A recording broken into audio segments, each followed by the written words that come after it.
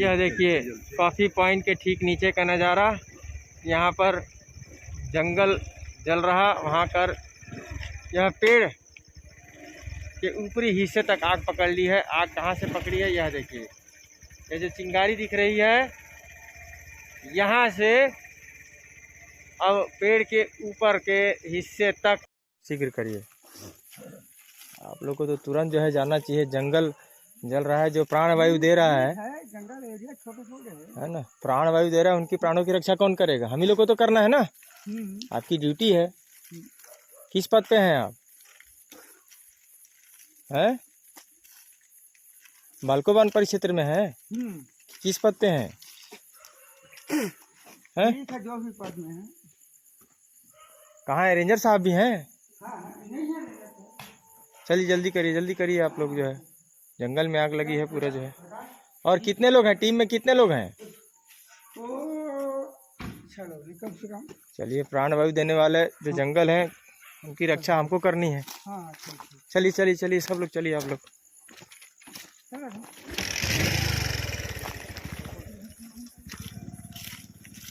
यहाँ पर हम सब जो है आए हुए हैं, जंगल में आग लगी है जिसको देखने के लिए जो है, यहाँ पर उसे बचाने के लिए, आग से बुझाने के लिए वन कर्मियों को हम साथ लेकर यहाँ पर जो है जा रहे हैं। समाचार भारती टीम जा रही है। चलिए सब लोग चलिए।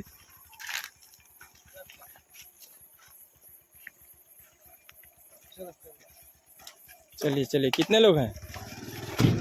अब ब्लोवर वगैरह रखे हैं, मशीन? चलिए।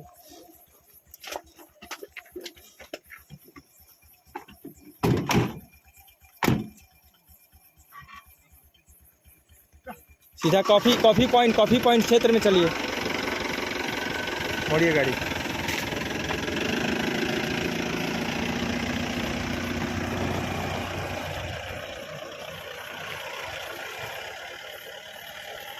देखिए किस तरह से यहाँ पर जो है लापरवाही बरती जा रही है। जब समाचार भारती की टीम यहाँ पर आई है तो देखा आपने मित्रों किस तरह से यहाँ पर वन कर्मी सुरक्षा में जो तैनात होने चाहिए वे नदारत हैं, और यहाँ पर जो वन कर्मी संभवतः नहीं है क्योंकि वो वर्दी में नहीं है। हमने उनको जो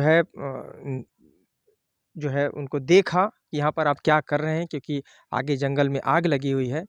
तो कोई गुड़ाखू घिसता नज़र आया और कोई तफरी करते नज़र आया। उनमें किसी एक व्यक्ति ने भी अपनी वर्दी नहीं पहनी थी। इससे स्पष्ट होता है कि वे वन कर्मी नहीं थे। अनट्रेंड गांव के ही लोगों की मदद लेकर आग बुझाना कोई गलत नहीं है, किंतु उस वक्त मौके पर वन परिक्षेत्र अधिकारी, वन कर्मी और जो मैच्योर लोग हैं, जो जिनको इसकी ट्रेनिंग दी गई है कि आग को कैसे बुझाया जाता है, उनका होना वहाँ पर आवश्यक होता है। बड़ी मात्रा में आगजनी हो रही है, जंगल जल रहा है, उसकी रक्षा वन परिक्षेत्र अधिकारी के जिम्मे होती है। और वन परिक्षेत्र अधिकारी अपनी टीम के साथ क्षेत्र में भ्रमण करके आगजनी जो है जंगल में आग लगी हुई होती है उसको बचाने का कार्य कर रही होती है। किंतु वहाँ पर कोई भी सक्षम अधिकारी हमें नज़र नहीं आया। किंतु हमने उनको जब निवेदन किया तो आनन फानन में वे शासकीय वाहन में सवार होकर जंगल में आग बुझाने के लिए गए। किंतु उस दौरान यदि वही आगजनी के शिकार हो जाते हैं, दुर्घटना के शिकार हो जाते हैं, किसी प्रकार की आगजनी उनके साथ हो जाती है क्योंकि वे मैच्योर नहीं है, उन्हें जानकारी नहीं है किस तरह से आग बुझाए जाते हैं। सक्षम अधिकारी के अभाव और सक्षम मशीनरी के अभाव में, संसाधन के अभाव में वे सभी वहाँ पर मौजूद हुए और वहाँ गए हैं। न उनके पास में सक्षम मशीनरी है, न संसाधन है। किस तरह से वे आग पर काबू पाएंगे, वह एक सवालिया निशान खड़े करता है। यदि हम वन कर्मियों के दरवाजे खटखटाएं तो वे अपने घरों में सोते नजर आएंगे।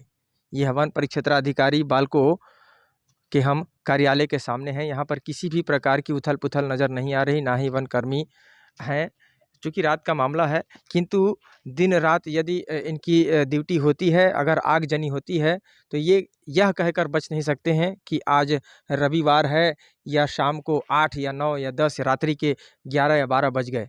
यदि उस समय आगजनी होती है, क्षेत्र में हाथी निकल जाता है, तो आपको अपनी ड्यूटी का, अपने कार्य का निर्वहन करना होता है, किंतु यहाँ पर कोई भी कर्मी नज़र नहीं आ रहा है।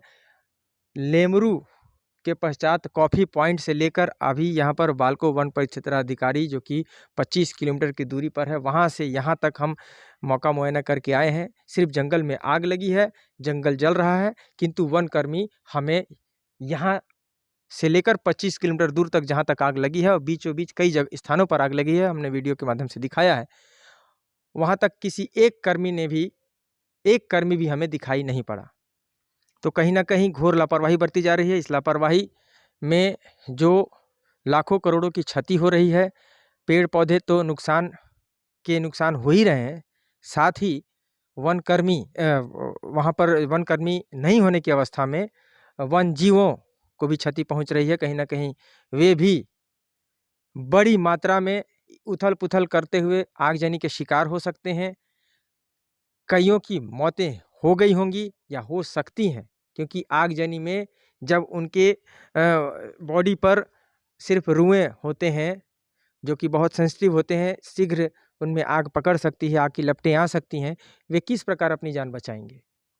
तो कहीं ना कहीं सबों को भगवान भरोसे छोड़कर यह कंबल और चद्दर तान कर अपने अपने घरों में, अपने अपने निवास में सो रहे हैं। इसका जीता जागता प्रमाण यह था मित्रों कि वहाँ पर जहाँ तक हम लेकर गए आगजनी दिखाई, वहाँ तक कोई भी वन कर्मी या वन परिक्षेत्राधिकारी या वन के कोई भी जिम्मेदार अधिकारी हमें नदारद दिखे। सवाल यह भी उठता है कि शासकीय गाड़ी में बिना वर्दी पहने कौन कौन कर्मी शामिल थे, यह भी जांच का विषय है। यदि उनके साथ कोई सक्षम अधिकारी नहीं है तो ग्रामीण कैसे शासकीय वाहन को चला सकते हैं और शासकीय वाहन में वह सवार होकर इधर उधर जा सकते हैं, जबकि यह कार्य वन कर्मी, वन पदाधिकारी, वन परिक्षेत्राधिकारी के सुपुर्द है। तो सवाल तो पूछे जाएंगे मित्रों, और ये सवाल पूछना हमारा हक है। यदि इसके लिए उनको एक मोटी रकम दी जा रही है, मोटी सैलरी उठा रहे हैं इसी कार्य के लिए, और इस कार्य का निर्वहन भी वह पूरी तरह से, पूरी तन्मयता, पूरी ईमानदारी से नहीं कर पा रहे हैं, तो सवाल पूछे जाएंगे। और निश्चित तौर पर शासन प्रशासन से भी मेरा विनती है कि इस तरह से बेईमान और भ्रष्ट और गैर जिम्मेदार अधिकारियों व कर्मियों